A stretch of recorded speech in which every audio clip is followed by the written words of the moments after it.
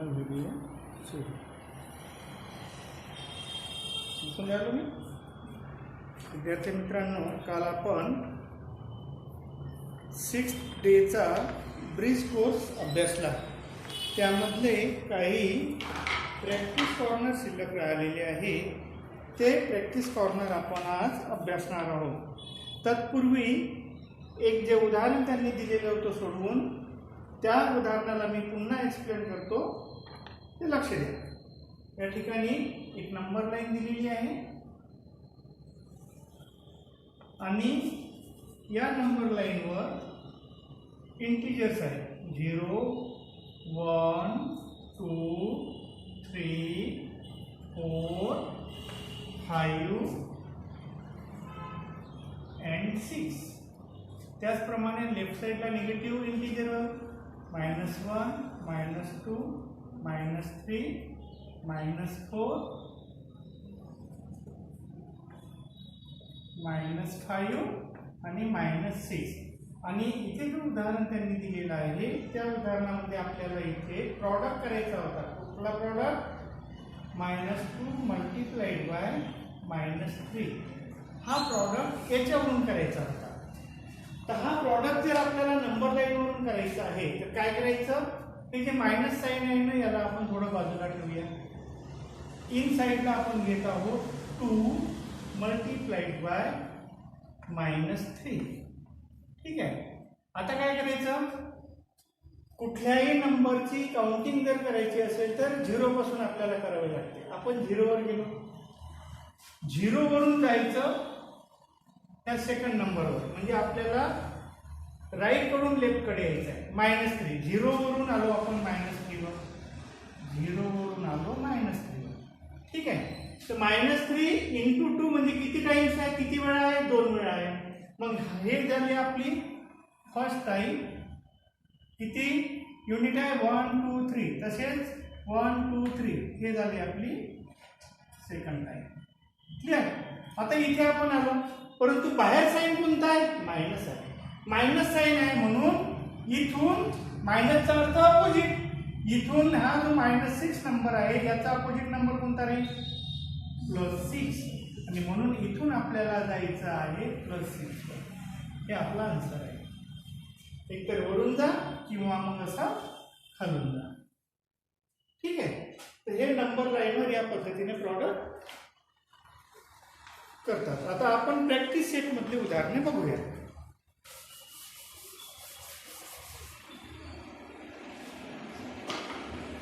Practice set मधलं पहिलं उदाहरण, पहिला प्रॉडक्ट आहे 5 मल्टिप्लाइड बाय -2 = आपल्याला माहिती आहे 5 × 2 किती होते? 10. म्हणून आपण काय करायचं? नंबर लाईनवर 10 इंटिजर घ्यायचे. ही नंबर लाईन काढली. या ठिकाणी O पॉइंट घेतला. O पॉइंट समजा 0 नंबर दर्शवते इकडे. 1 2 3 4 5 6 7 8 9 10. इकडे -1 -2 -3 -4 -5 -6 -7 -8 -9 -10.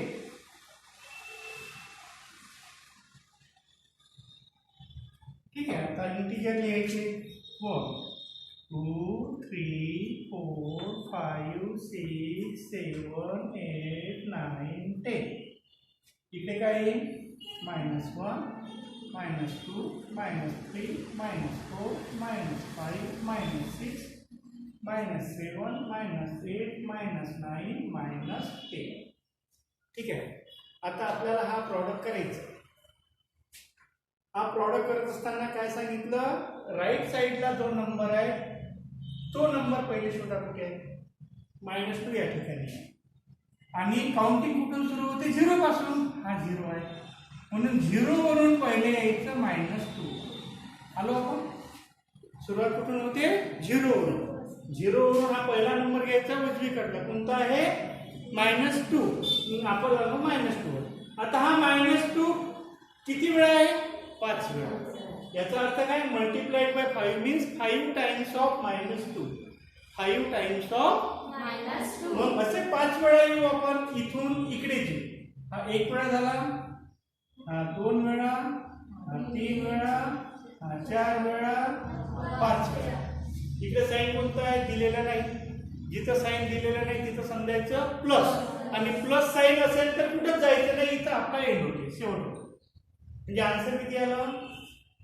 -10. आलं लक्षात? त्याच्यानंतरचा आता बघूया आपण सेकंड एक्झाम्पल. सेकंड एक्झाम्पल मध्ये त्यांनी काय दिलेलं आहे? -3 × -3.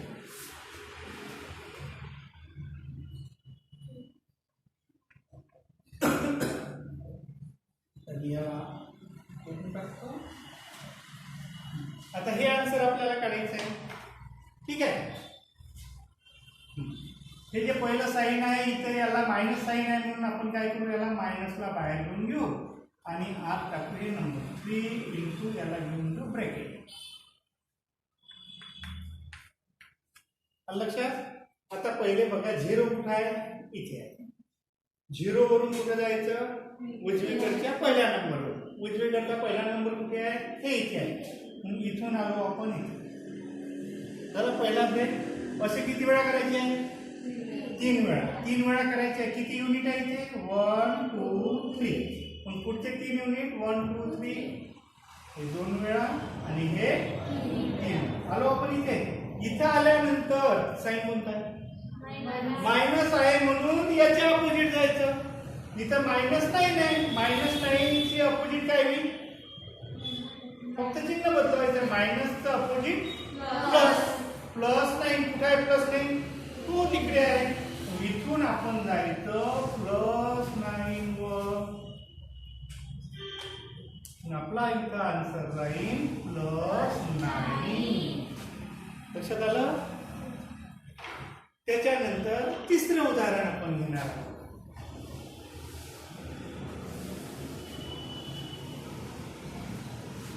थर्ड एक्झाम्पल त्यांनी थर्ड मध्ये दिलेला आहे -1 × 11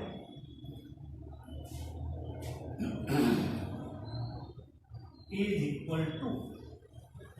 काय करायचं? पहिल्याला मायनस साईन असेल तर बाहेर काढून घ्या. इन ब्रॅकेट काय शिल्लक राहिलं? 1 × 11. आपल्याला माहित आहे 11 म्हणजे 11 होते. आपल्याजवळ इथे किती आहे डिजिट? 10. पुढे एक घेऊन घ्या 11. इकडे एक घेऊन घ्या -11. ठीक आहे. आता सुरुवात करू 0 पासून 11. 11 कुठे आहे? हा इथे. 0 पासून मी 11 वर गेलो. किती वेळा आहे? एकच वेळा आहे. एकच वेळा जायचं, वन टाइम. पण साईन कोणता? मग काय करा? याची अपोजिट घ्यायची. हा +11 आहे, याची अपोजिट काय होईल? मग इथून कुठं जायचं? -11 वर. म्हणजे आन्सर कोणता आला आपलं? -11. आता कळलं का? सोपी आहे ना गणित? तसंही सोपी. त्यानंतरचा क्वेश्चन आहे. व्हिडिओवर लक्ष ठेवा.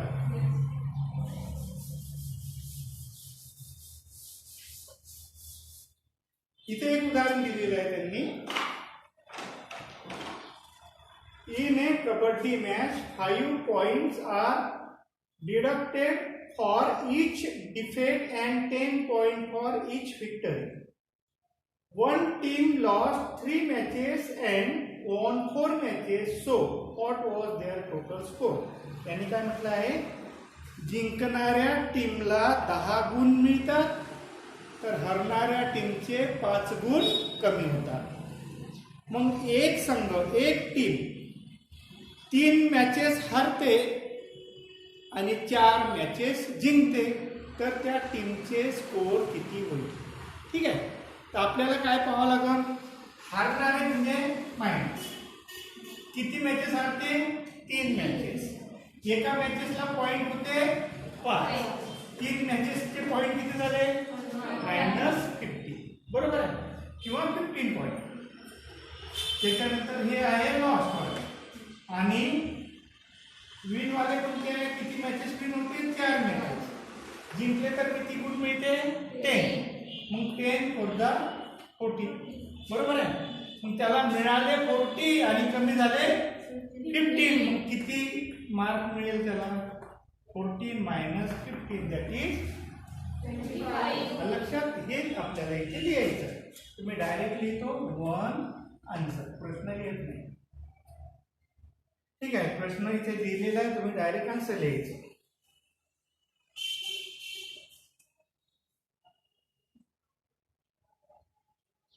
in a team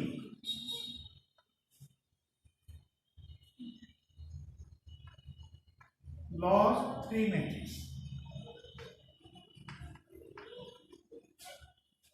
मग 3 मॅचेसचे लॉस होते तर काय म्हणू आपण? 3 मल्टिप्लाइड बाय 5 मार्क्स त्याचे कमी होतात. कमी होतात म्हणजे काय झालं? -5. कमी होतात म्हणजे मग याचा प्रॉडक्ट किती होईल? 3 5 15. साइन कोणता आहे? मायनस. ठीक आहे, तुम्हाला मल्टिप्लिकेशन साइन माहित पाहिजे. मी कालच्या पिरियड मध्ये घेतली आहे मल्टिप्लिकेशन साइन, ते पुन्हा पाहून घ्यायचे. ठीक आहे, त्याच्यानंतर किती मॅचेस वॉन होते? Won 4 matches. वॉन म्हणजे जिंकले. मग जिंकले किती मॅचेस? 4. जिंकले तर किती मार्क्स मिळतात? 10. 10 4 किती झाले? 40. ठीक आहे, मग याचे टोटल स्कोर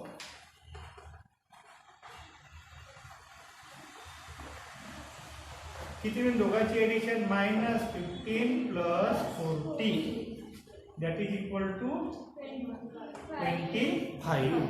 आता कसं आलं 25? कळलं का? समजलं तर हो म्हणायचं, नाही तर नाही. कळलं का? एक लक्षात घ्या, मी 3 गोष्टी महत्त्वाच्या तुम्हाला सांगतो. आता तुम्ही आहे इथे म्हणून तेचही फायदा.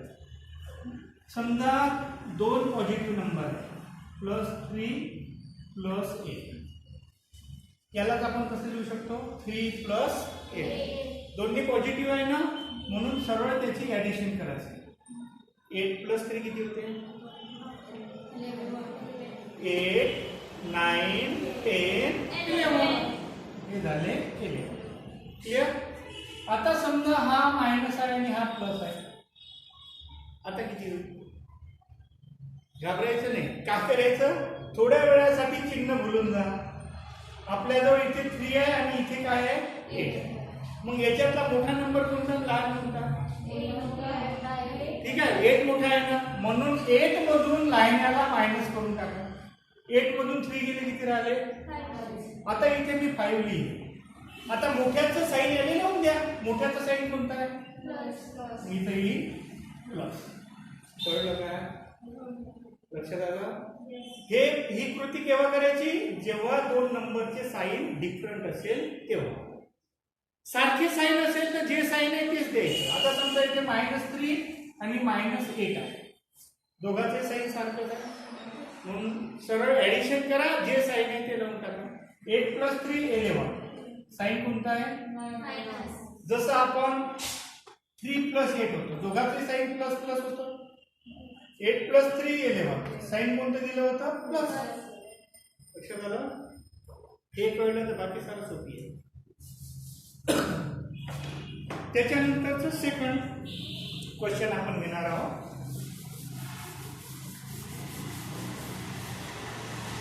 मोबाईलवर लक्ष ठेवा. सेकंडचा आन्सर. सेकंड मध्ये काय म्हटलंय? A submarine goes 50 meter below sea level every minute. So after half an hour, how many kilometer of water would the submarine have gone?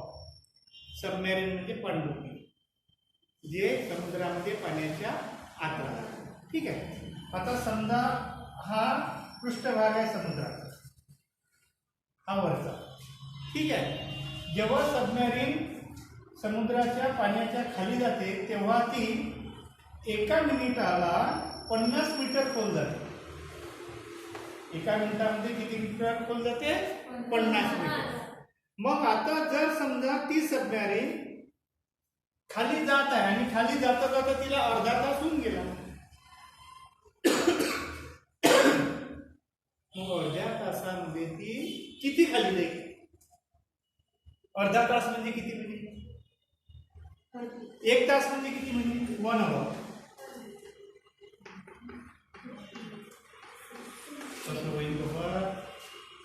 1 आवर म्हणजे 60 मिनिट. मग हाफ आवर म्हणजे 30 मिनिट. एका मिनिटाले 50 मीटर. मग 30 मिनिटाले किती? दोघांचा प्रॉडक्ट 3 5 15 वर 2 0 मीटर. मीटरचे करायचे किलोमीटर डिवायडेड बाय 1000. 2 0 कटले. 15/10 मीन्स 1.5. जे किती किलोमीटर खाली जाईल ती 1.5 किलोमीटर सबमॅरीन खाली जाईल. लक्षात आलं? आता हे लिहायचं कसं? हे झालं एक्सप्लेनेशन. नाव पहिले आपल्याला युनिट क्लिअर करायचं आहे. 1 आवर. 1 आवर म्हणजे 60 मिनिट. ठीक आहे. देअरफॉर हाफ आवर म्हणजे किती होईल? 60 divided by 2 that is equal to 30 minute. आलं एवढं लक्षात? नाव depth occupied by submarine from sea level per minute. Depth म्हणजे खोली. Depth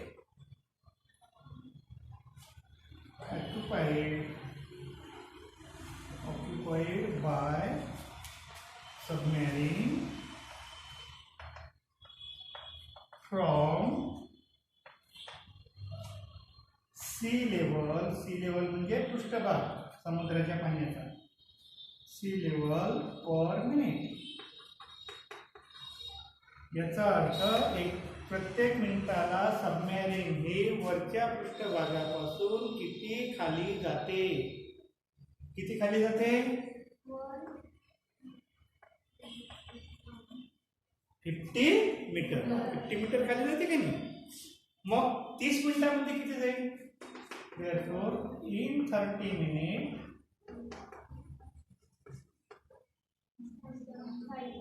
depth occupied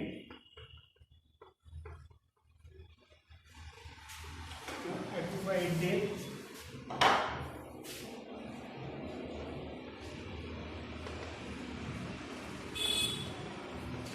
is equal to 30 multiplied by 50. That is equal to 3 5 15 वर 1 0 1 0 2 0. हे झाले मीटर. मीटरचे जर किलोमीटर करायचे असेल तर त्याला डिवाइड करायचं 1000 ने. ठीक आहे. हे झाले किलोमीटर. कशाचा वापर केला आपण? 1 kilometre is equal to 1000 metre. हे युनिट वापरतो. ठीक आहे. 2 0 2 0 cancel. That is equal to 15/10 that is equal to 1.5 kilometre. हे झालं आन्सर. शेवटी लिहायचं हेन्स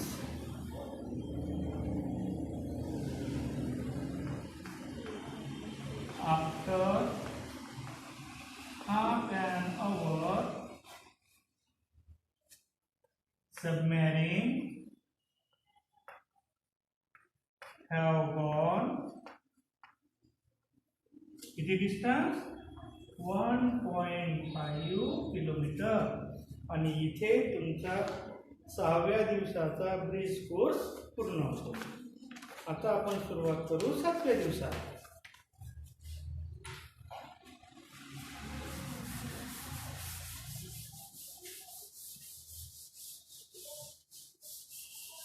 हे सगळं तुम्हाला रजिस्टरवर लिहायचं आहे. कशावरून? व्हिडिओवरून. ठीक आहे. हळूहळू व्हिडिओ पाहायचा आणि लिहित जायचं. 7th day. काय म्हटलंय 7th day? Let's play a game. Divide evenly using the yellow circle for positive integer and the red circle for negative integer. Positive integer is 4 circles are divided into 2 equal parts. How many will be there in each part? काय म्हटलं त्यांनी? असे 4 circle दिलेले आहेत. यांना आपल्याला 2 भागात divide करायचे आहे. मग एका भागात किती? एका भागात 2 येईल आणि कसं झालं पुढे each part having two positive, that is म्हणजेच आपण काय केलं, आपल्याजवळ किती सर्कल होते 4. इथे जेव्हा आपण 4 सर्कल त्याला आपण डिवाइड केलं किती भागात, 2 भागात. मग प्रत्येक भागामध्ये किती सर्कल आले 2. हे दिलं आहे पूर्ण याच्यामध्ये, ते तुम्हाला उतरवायचं आहे पुढे. नाव हिअर 4 साइन आर डिवायडेड, इथे चिन्ह दिलं आहे याच्या, are divided into 2 equal part. How many will be there in each part. ये 4 साइन दिलेले आहे त्यांनी.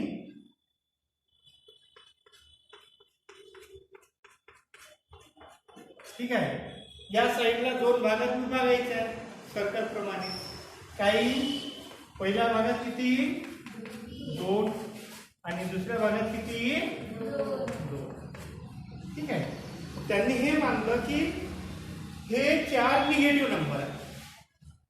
मग इथं पॉझिटिव्ह होते तर +4 घेतलं, निगेटिव्ह आहे ते किती घ्याल तुम्ही -4 डिवायडेड बाय किती भागात विभागलं 2. मग किती आले एका भागात, साइन कोणतं राहील. ठीक आहे, मल्टिप्लिकेशन ऑफ साइन मी काल समजावून दिला आहे, तरी एक वेळा सांगा. Positive multiplied by positive is positive. Negative multiplied by negative is positive. जे दोन्ही साइन सारखे असेल तर प्रॉडक्ट पॉझिटिव्ह येते. Product of equal sign is positive.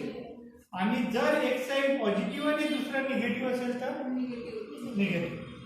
Negative multiplied by positive is again, म्हणजे याला म्हणायचं इक्वल साइन आणि याला म्हणायचं अनइक्वल साइन. काय म्हणायचं, मग प्रॉडक्ट मल्टिप्लिकेशन म्हणजे product of unequal sign is negative. Product of unequal sign is negative. याला काय म्हणू, product of equal sign is positive. तर ह्या आयडिया तुमच्या क्लिअर पाहिजे. ओके, चालायचं पुढे आता. नाव let see the answer when dividing integer like this. त्यांनी एक या ठिकाणी उदाहरण दिलेलं आहे, ते तुम्हाला रीड करायचं आहे. जसंच्या तसं उत्तरही दिलेलं आहे त्यांनी. 8 डिवायडेड बाय 4.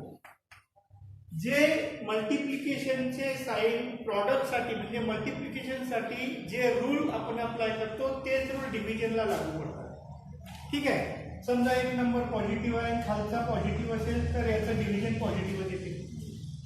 जर वरचा निगेटिव्ह आहे आणि खालचा पॉझिटिव्ह आहे तर याची डिव्हिजन निगेटिव्ह राहील. समजा वरचा निगेटिव्ह आहे आणि खालचा निगेटिव्ह आहे तर याची डिव्हिजन पॉझिटिव्ह येईल. कारण बघा 2 साइन इक्वल असेल, इक्वल साइनची डिव्हिजन पॉझिटिव्ह असेल, इक्वल साइनची डिव्हिजन. आणि अनइक्वल असेल, वरचा समजा पॉझिटिव्ह आहे खालचा निगेटिव्ह आहे तर काही निगेटिव्ह, हे लक्षात ठेवायचं. आता या ठिकाणी दोन्ही नंबर पॉझिटिव्ह आहे, पॉझिटिव्ह आहे म्हणून डिव्हिजन सुद्धा पॉझिटिव्ह राहील. 4 2 8. त्यानंतर -12 डिवायडेड बाय 3.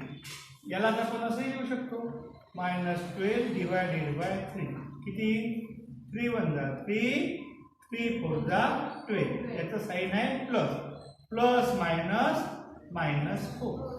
आता सांगितलं होतं इथे इक्वल साइन असेल तर प्लस, अनइक्वल असेल तर मायनस. क्लिअर. त्यानंतर दिला what will happen in 2 negative are divided. दोन्ही निगेटिव्ह असेल तर काय येईल, त्यांनी एक उदाहरण दिलं आहे. -12 divided by -3, that is -12 divided by -3. Minus cancel. 3 1 3 3 4 12. Sign काय आलं +4. ठीक आहे. आता हे मायनस कॅन्सल कसं झाले त्याचंही एक टेक्निक आहे. कसं बघा, -12 म्हणजे -1 मल्टिप्लाइड बाय 12 आणि -3 म्हणजे -1 मल्टिप्लाइड बाय 3. हा -1 आणि हा -1 सारखे नंबर असेल तर आपण डिव्हिजन करतो. -1 कॅन्सल, म्हणून इथं आले 3 × 3 3 4 12 4ला साईन कोणता आहे प्लस, म्हणून इथं काय आलं प्लस. या सगळ्या छोट्या छोट्या गोष्टी तुम्हाला माहित पाहिजे. Recall when you multiply, you wrote by multiplying two negative number on the number line by taking the number opposite to the number in the answer. आपण नंबर लाईनवरचं पाहिलं एडिशन. निगेटिव्ह नंबर असन आणि निगेटिव्ह साईन असन left साईडला, तर आपण काय करतो त्याचा ऑपोजिट नंबर घेऊन लंब्या पल्ल्यावर जात होतो. बरोबर आहे, तेच इथे त्यांनी दिलेलं आहे. Because negative means writing number opposite to it. Negative चिन्ह काय दर्शविते, त्या नंबरचा ऑपोजिट नंबर. काय दर्शविते, नंबरचा opposite number. How to do, to make a negative group of any number. तुम्हाला माहिती आहे का निगेटिव्ह नंबरचा ग्रुप, जसं आपण इंटिजर घेतो निगेटिव्ह, -1 -2 -3 -4, राईट साईडला घेतो +1 +2 +3 +4. तर निगेटिव्हचे अपोजिट पॉझिटिव्ह आणि पॉझिटिव्हचे opposite negative. If you make 3 equal group instead of -3 group of -12, each group gets the number -4. So we write the number +4 opposite to -4. जर आपण 3 ग्रुप लेफ्ट साईडला घेतले आणि 3 ग्रुप राईट साईडला घेतले, 12 पर्यंतचे ग्रुप घेतले, तर एका ग्रुपमध्ये 4 नंबर आहे. 1 2 3 4, 4चा एक ग्रुप, 8चे 2 ग्रुप, 12चे 12चे 3 ग्रुप झाले. मग त्या 3 ग्रुपवर आपण नंबर शोधले, तर लेफ्ट साईडला कोणते -4 -8 -12 आणि राईट साईडला कोणती 4 8 12. हे जे नंबर आहे हा याचा अपोजिट, तर हा याचा अपोजिट. लक्षात, हे दोन्ही एकमेकांचे काय असतात, अपोजिट असतात. हा याचा अपोजिट, तर हा याचा opposite. Clear. Division of 2 positive integer is positive. Division of 1 positive and 1 negative आणि division of 2 negative positive. Clear. आता प्रॅक्टिस दिली आहे त्यांनी, प्रॅक्टिस सोडून पाहूया आपण.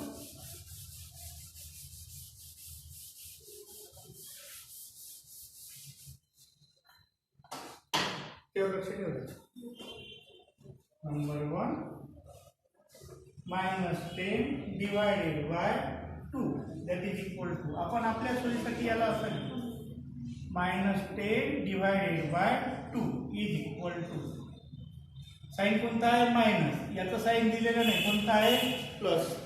बरोबर आहे. मग साइन अपोजिट आहे, साइन अपोजिट आहे म्हणून डिव्हिजनला साइन कोणता येईल मायनस. आता भाग थोडा याच्यात 2 1 2 2 5 10, याचं किती आलं -5. लक्षात आलं. सेकंड नंबर घेतलाय त्यांनी 16 divided by 4. याला आपण कसं लिहू शकतो 16/4. दोन्ही पॉझिटिव्ह आहे म्हणून इथे येईल पॉझिटिव्ह. 4 1 4 4 4 16. पाडेपाठ पाहिजे 25 पर्यंत सगळ्यांचे. थर्ड नंतर घेतलाय -24 divided by -12 is equal to -24/-12 is equal to काय होईल minus minus cancel, minus minus झालं प्लस. 12 1 12 12 2 24. क्लियर. त्यानंतर चौथं उदाहरण दिलं आहे -100 divided by 50 काय होईल -100 divided by 50 is equal to, minus sign इथं दिलं नाही म्हणून plus sign, plus minus minus. 51 50 52 100 किती आले -2. अशा पद्धतीने यांना सोडून घ्यायचे. हे झालं का, चालू आहे ना. ओके.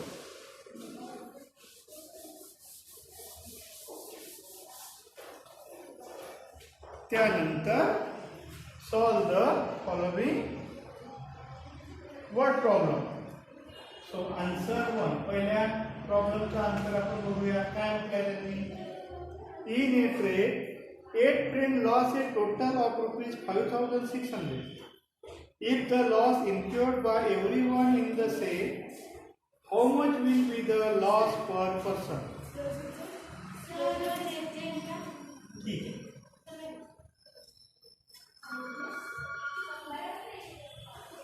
वाचा उदाहरण. हॅलो.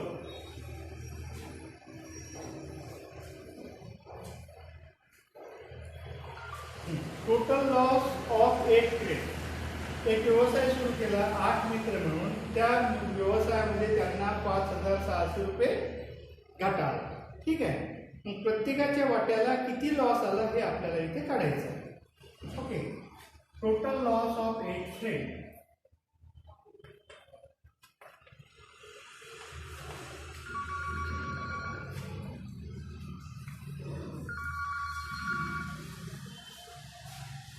हॅलो. हाँ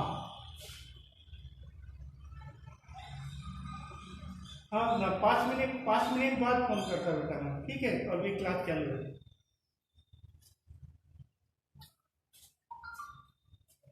total loss of 8 friends is equal to ₹5,600. ठीक है. Now the loss incurred by everyone in the same. प्रत्येकामध्ये सारखी वाटणी करायची आहे. The loss incurred by everyone is same. Okay. Therefore, the loss of per person is 5,600 upon 8, that is equal to ₹700. इथे तुमचा 7व्या दिवसाचा ब्रिज कोर्स पूर्ण होतो. त्यानंतर बघूया आपण 8वा दिवस.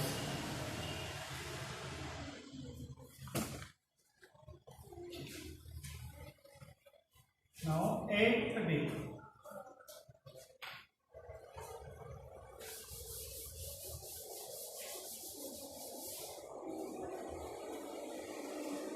8th day मध्ये सई ह्या 16 blue beads and 8 red beads. She want to divide them into equal groups. In doing so, she makes sure that no beads are left. We will help her put all these beads in the same group. बघा, सईजवळ 16 blue beads आहेत आणि 8 red beads आहेत. यांना तिला equal ग्रुपमध्ये divide करायचं आहे. तर कसं डिवाइड करायचं? ब्लू बीड्स आहे 16 आणि रेड बीड्स आहे 8. ठीक आहे. मग group 16 beads as below so that the beads remain. 16 चे ग्रुप कोणते करता येईल?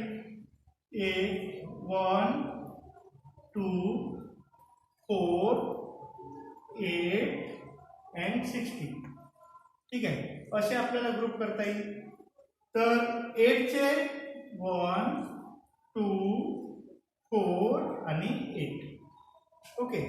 आता यामध्ये similar group of 16 and 8 beads दोन्हीमध्ये कोणते ग्रुप सारखे आहे?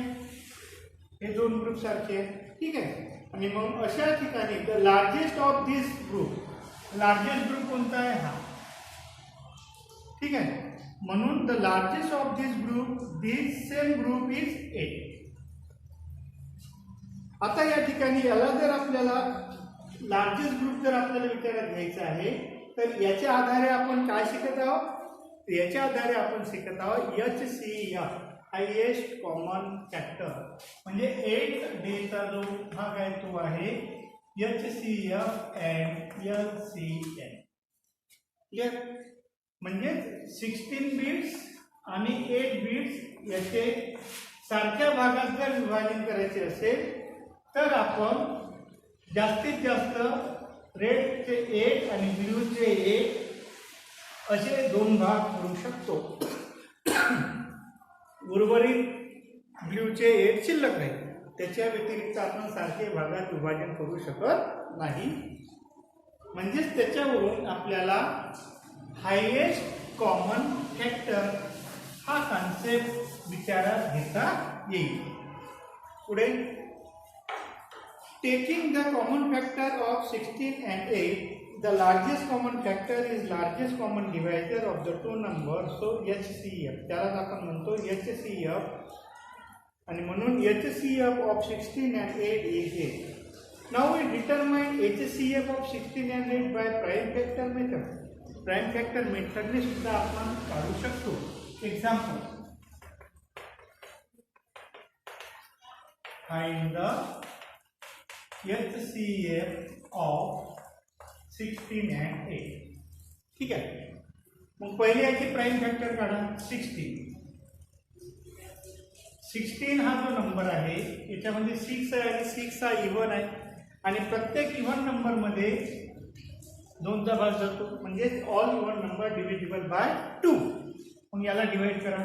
कितीचा भाग जाईल? 2 8 जा. इथं आला 8 आहे, पुन्हा 2 चा भाग जाईल. 2 4 जा, नंतर पुन्हा 2 2 जा, 4 2 1 जा 2. हे झाले 16 चे फॅक्टर. 8 चे फॅक्टर कोणते होईल? 2 4 जा 8, 2 2 जा 4, 2 1 जा 2.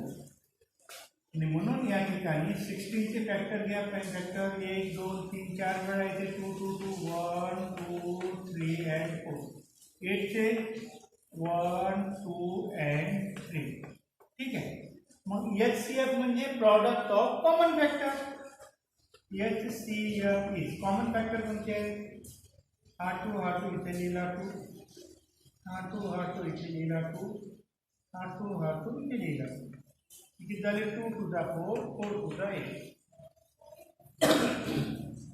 अशा पद्धतीने आपल्याला काढता येईल. तर आता आपण घेऊया practice corner. Observe the following examples. ठीक आहे. नंबर 1 फर्स्ट एक्झाम्पल दिलेलं आहे त्यांनी. HCF of 12 and 18 can be determined by using method as follows. Answer कशाचा? 12 आणि 18 चा. तर या ठिकाणी आपल्याला फॅक्टर पहिले काढायचे आहे. 12 चे फॅक्टर, फॅक्टर्स ऑफ 12. ठीक आहे.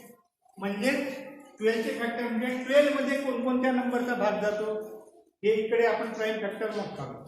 12 मध्ये 1 चा भाग जातो. क्लिअर. 12 मध्ये 2 चा भाग जातो. 12 मध्ये 3 चा भाग जातो. 12 मध्ये 4 चा भाग जातो. 12 मध्ये 6 चा भाग जातो आणि 12 मध्ये 12 चा भाग जातो. 12 मध्ये ज्या ज्या नंबरचा भाग जातो ते सगळे नंबर आपण इथे लिहिले. त्यानंतर आपण घेऊया फॅक्टर्स ऑफ 18. 18 मध्ये कोणकोणत्या नंबरचा भाग जातो? 1 चा जातो, 2 चा जातो, 3 चा भाग जातो, 4 चा नाही जा, 5 चा नाही, 6 चा जातो, 6 3 जा 80, 7 चा नाही, 8 चा नाही, 9 चा जातो, 9 2 जा 80 आणि 18 चा जातो. ठीक आहे. आता याच्यातले common factor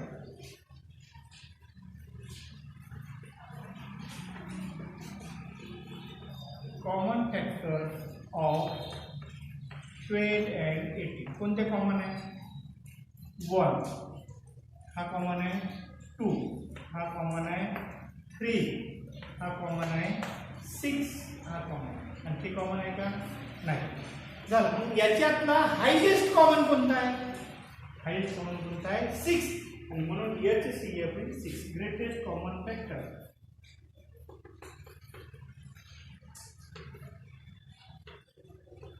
highest common factor. कोणता आहे 6, याला म्हणतात HCF. क्लिअर. असंच त्यांनी दुसरं उदाहरण घेतलेलं आहे, त्याच्यामध्ये HCF of 9 and 15 by using prime factorisation method. ठीक आहे. आता सेकंडला आपल्याला प्राईम फॅक्टरने लिहायचं आहे सेकंड. तर याच्यासाठी प्राईम फॅक्टर आपल्याला घ्यावं लागेल.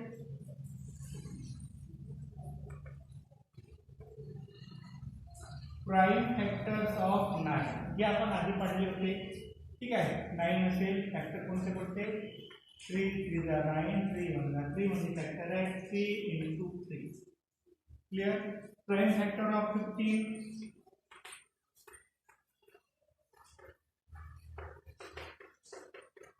15चे फॅक्टर जर आपल्याला काढायचे असेल, इथे 15 मध्ये 1चा भाग जर 1ला सोडा 2चा जात नाही, 3चा जाते. 3 5 ला 15, इथं 5 ला जाते, 5 ला 5. फॅक्टर आले 3 into 5 झालं प्राईम फॅक्टर. आता याच्यातले कॉमन प्राईम फॅक्टर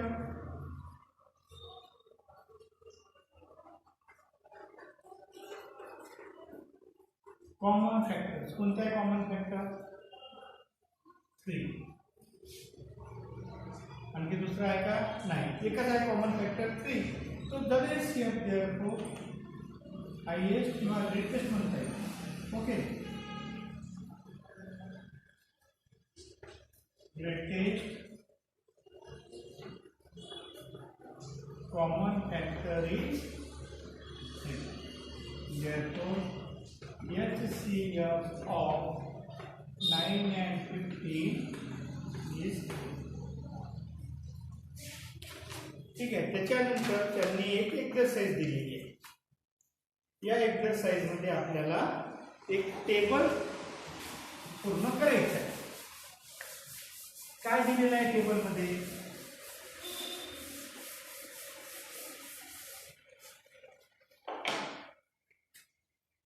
टेबलचे 2 भाग केलेले आहे. HCF of 10 and 15 by least method. आणि इकडे दुसरा भाग आहे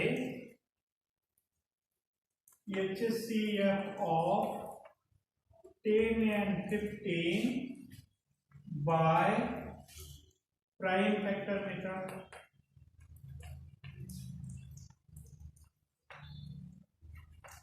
ठीक आहे. या दोन्ही मेथडने सॉल्व करायची आहे.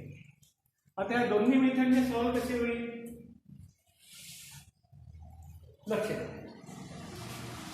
विचार घेतला पहिल्यामध्ये फॅक्टर्स ऑफ 10. फॅक्टर्स ऑफ 10 चा अर्थ होईल की 10 मध्ये कोणकोणत्या नंबरचा भाग जातो. 1चा जातो, 2चा जातो, 5चा जातो आणि 10चा जातो. तसंच फॅक्टर्स ऑफ 15 मध्ये 1चा जातो, 3चा जातो, 5चा जातो आणि 15चा जातो. आता याच्यामधून कॉमन फॅक्टर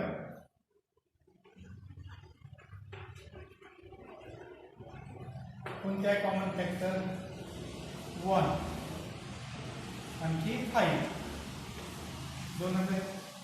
मग याच्यातला highest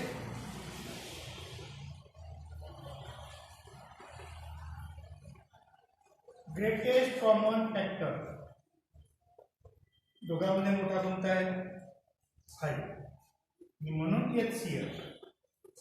HCF of 10 and 15 is 5. लक्षात.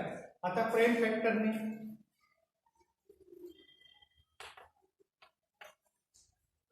प्राईम फॅक्टर्स ऑफ 10 कोणते फॅक्टर पडते? 2 into 5. त्यानंतर प्राईम फॅक्टर्स ऑफ 15 कोणते येते? 3 into 5. जर आपण असं करून पाहिलं, ठीक आहे, तुमचा भाग दिला 2 5 ला 10, 5 5 ला 5. असं 15चं जर घेतलं इथे 3चा भाग जाईल 5 5 ला 5. मग आता या दोघांमध्ये common factor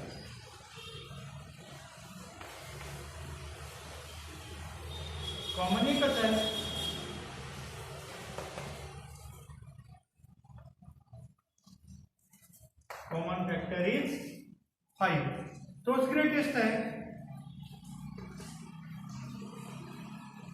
greatest common factor कोणता आहे 5 आणि जो ग्रेटेस्ट आहे तो HCF. therefore HCF of 10 and 15 is 5.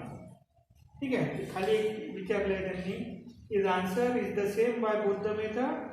Tick mark on correct option. Yes yes वर असे टिक करायचं. ठीक आहे. दोन्ही आन्सर सारखेच आहे. इथे आपला 7व्या दिवसाचा